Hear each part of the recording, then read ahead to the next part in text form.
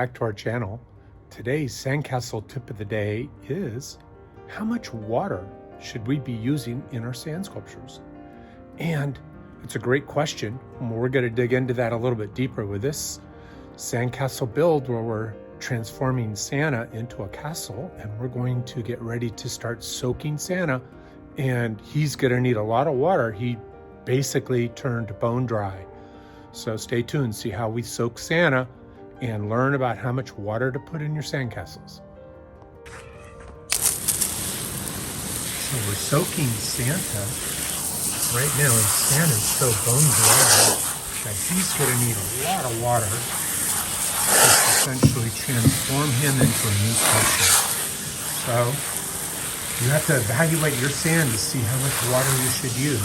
This sand's very silky, so you can use too much, so we have to be careful.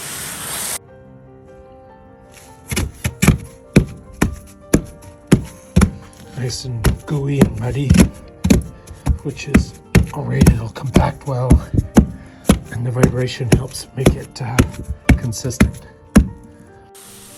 The amount of water you'll want to use will really be determined by the quality of the sand and the sand's ability to absorb the water. You want full saturation in most all cases, but if you have silty sand, you do not want to oversaturate. Anyhow, if you like this video, smash the like button. Remember to subscribe so you don't miss the next Sandcastle tip of the day. Till next time, we'll see you soon. Bye.